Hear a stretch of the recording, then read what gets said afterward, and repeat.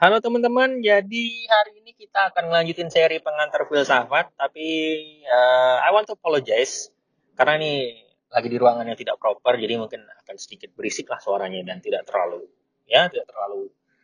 kedap. Jadi ya semoga masih bisa terdengarkan dengan baik.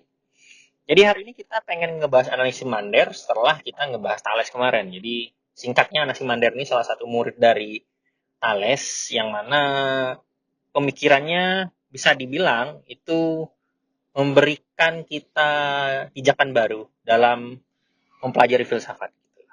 Jadi pertama-tama kita harus ngebayangin juga pertanyaan sama seperti yang kita bayangkan dari uh, momen ketika kita mempelajari Thales gitu.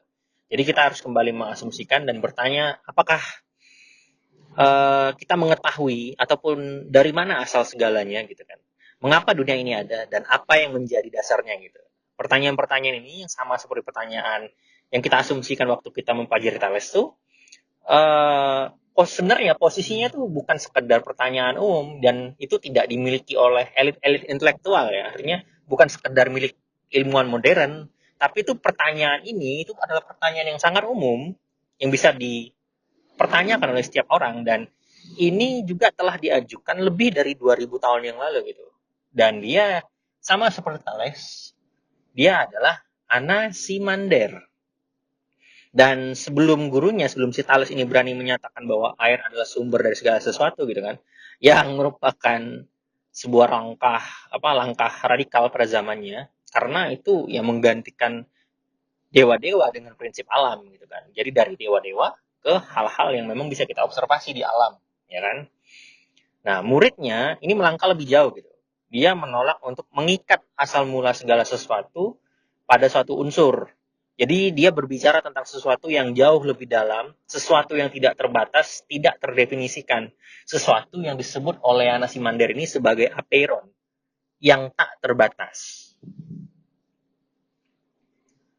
Konsep apeiron nih adalah titik balik yang sangat besar dalam sejarah pemikiran manusia. Ya kita bisa bayangkan lagi ya, di dunia di mana mitos itu masih sangat mendominasi. Terus Anaximander itu berani mengusulkan bahwa dasar realitas itu bukanlah air, udara, api, atau tanah, tetapi sesuatu yang tak bisa kita lihat, tak bisa kita sentuh, namun menjadi sumber dari segalanya. Ya meskipun kalau secara sekilas kita bisa memperhatikan, ya ini agak-agak abstrak juga ya apa yang diajukan Anaximander. Dan cenderung mungkin kalau orang yang baru mempelajari melihat Anaximander ini akan jatuh pada titik ya kayaknya ini bakal bahas mitos lagi karena kan tidak terlihat gitu seakan-akan ini adalah kalau kata Hegel itu ruang absolut tapi ya kita telusurin lebih jauh dulu tentang Anaximander ini. Si Anaximander ini melihat bahwa segala yang ada di dunia ini bekerja melalui pertentangan gitu loh. Panas melawan dingin, basah melawan kering, siang melawan malam. Jika satu unsur ditetapkan sebagai dasar, maka keseimbangan akan runtuh.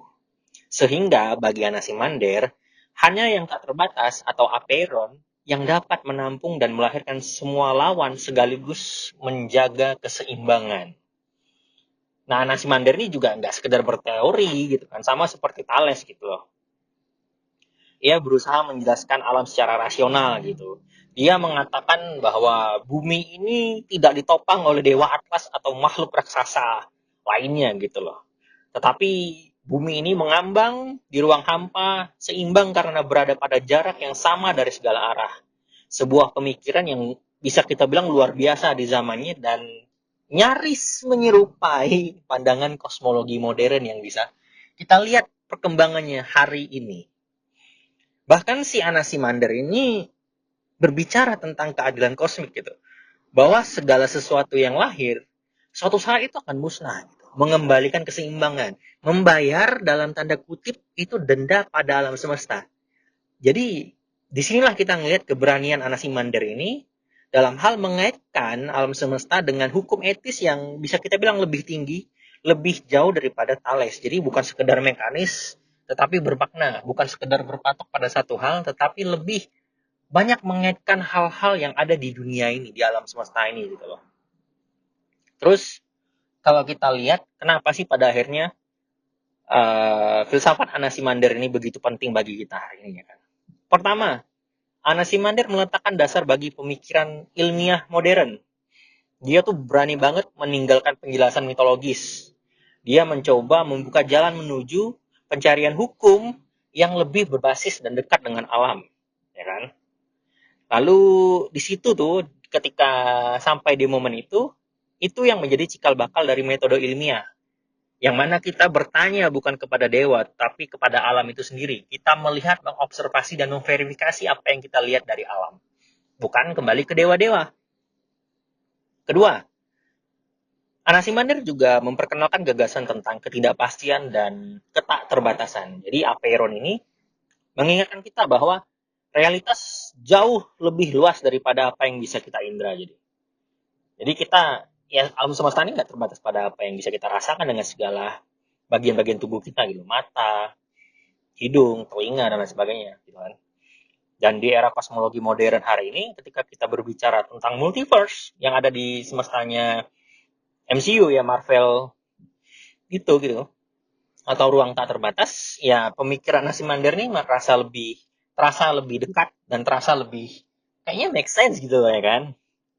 Dan yang ketiga, si Anaximander ini bahkan memikirkan tentang asal-usul kehidupan gitu. Jadi dia tuh sedikit berpendapat bahwa makhluk hidup tuh berasal dari laut, berevolusi dari bentuk ikan hingga menjadi manusia. Ya kita bayangin aja di 2000 tahun sebelum Darwin, Anaximander sudah memikirkan teori tentang evolusi, kemungkinan-kemungkinan bahwa manusia bukan diciptakan langsung sebagai manusia, tetapi proses panjang alam yang mana kita itu berevolusi dari waktu ke waktu gitu. Mungkin dari kecebong sampai akhir jadi manusia ya kan.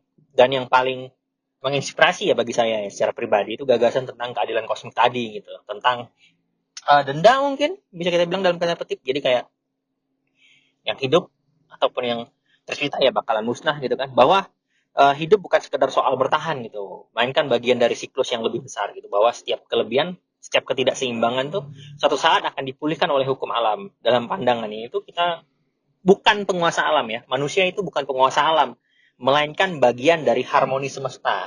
Jadi ya kita sebagai manusia ya nggak usah sotoy, nggak usah gila kuasa gitu ya. Kita bukan penguasa dunia kok, kita cuma bagian dari harmoni yang kecil banget di semesta gitu. Kayak kita nih bagian dari titik kecil di alam semesta yang terus mengembang, ya kan? Terus kalau kita lihat hari ini gitu, apa sih yang bisa kita ambil dari Anaximander ini? Gitu kan? Apa yang bisa kita ambil gitu dari pelajaran itu? Dari si Anaximander. Nah, dia itu ngajarin kita untuk berani melampaui batas pandangan umum gitu kan.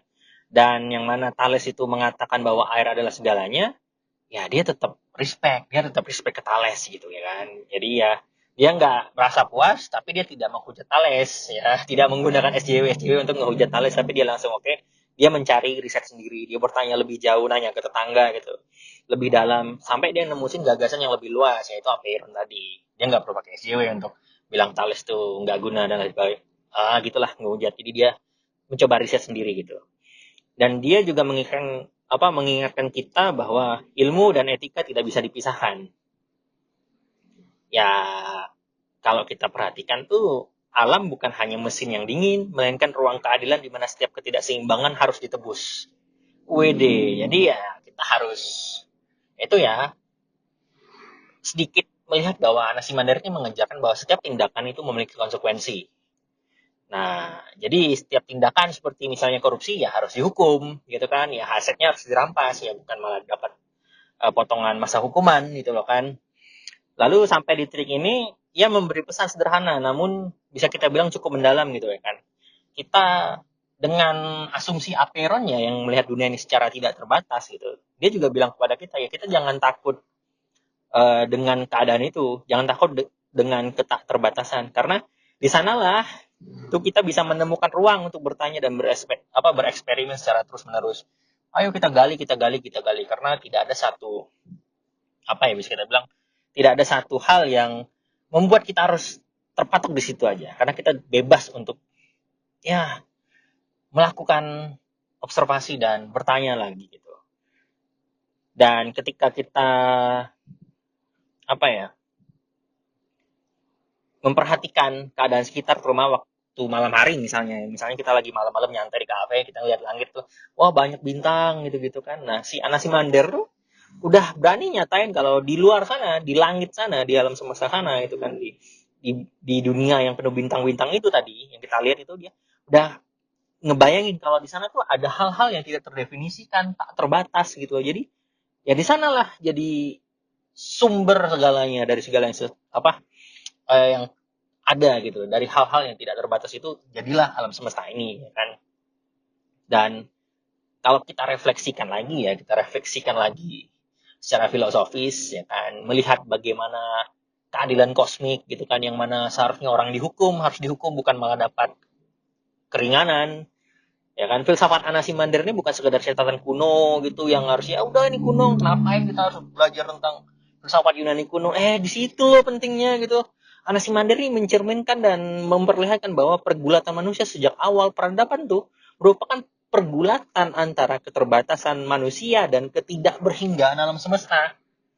Ya jadi nggak bisa gitu kita meninggalkan yang kuno-kuno hanya karena kita sudah di zaman modern atau yang lebih kontemporer lagi. Ya kita perlu mempelajari hal-hal seperti ya filsafat ini dari awalnya dulu, dari sejarahnya dulu gitu loh. Jadi kita mempelajari Anaximander bukan berarti kita mundur.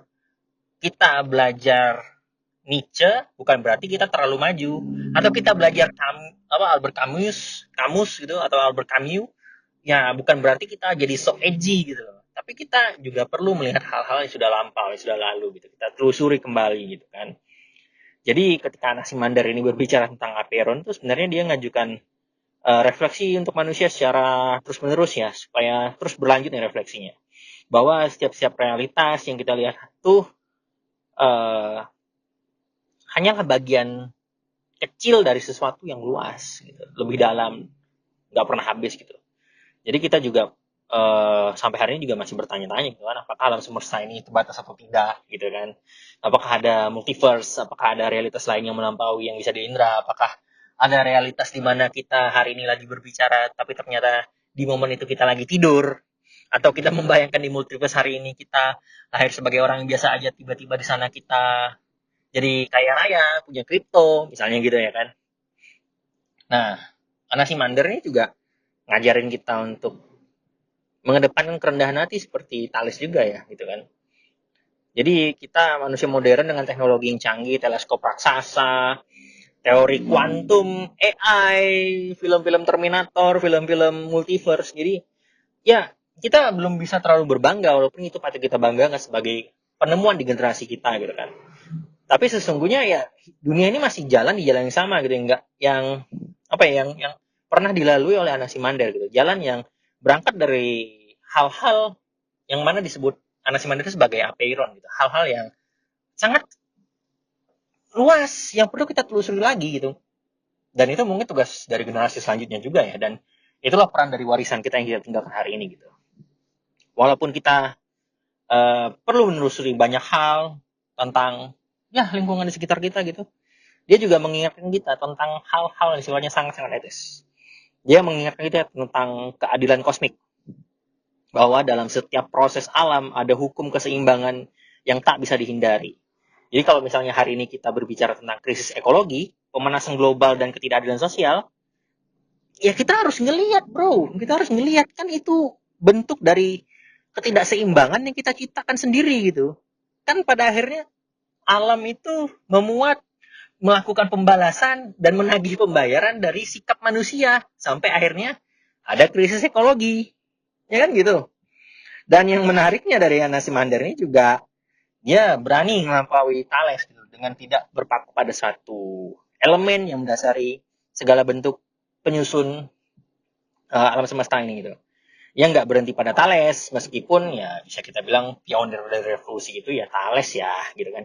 Jadi dia melampaui lebih jauh, dan kita tetap respect terhadap tradisi yang diwariskan Thales, karena berkat beliau si Anaximander ini bisa menciptakan keberanian lanjutan lagi, mewariskan keberanian untuk melihat bagaimana sih akhirnya dunia ini harus dibongkar, harus harus dikaji secara metodologis gitu kan. menggunakan metode-metode yang lebih ya relevan ya gitu. Jadi dia kayak tadi yang sudah disenggol di awal, Thales itu menggunakan satu prinsip dasar, Anaximander menggunakan banyak prinsip, ya karena kenapa disebut banyak prinsip ya karena tidak terbatas gitu kan. Dan Anaximander itu sama kayak Thales, mengajak kita untuk ya udah kita jangan nanya-nanya ke dewa deh, kita nyari sendiri dah lewat alam dari alam gitu kan. Dan pada titik ini gitu kan, filsafat Anaximander ini ataupun sekolah Miletos ini ya mazhab Miletos gitu, bukan hanya tentang kosmos gitu, bukan hanya tentang apeiron, tapi juga meliputi kita ya yang ada di dalamnya gitu, tentang keberanian manusia untuk mencari, tentang kesadaran kita akan keterbatasan kita yang kita miliki, dan tentang rasa untuk tidak menjadi takut terkait keterbatasan ini gitu. Jadi akan ada selalu harapan-harapan di tengah ketidakpastian dan kita bisa menemukan makna gitu. Dan yang terpenting apa yang kita pelajari dari Anaximander ini dan yang akan selalu saya highlight ya, dan itu menarik apa ya, pembacaan saya tentang Anaximander ini adalah tentang keadilan kosmiknya tadi gitu.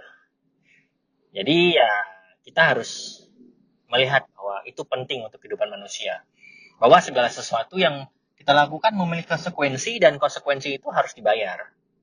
Jadi kita tidak bisa serta-merta bertindak semaunya di dunia, kita tidak bisa serta-merta korupsi hanya untuk memenuhi kantong sendiri lalu kita lari dari tanggung jawab dan risiko.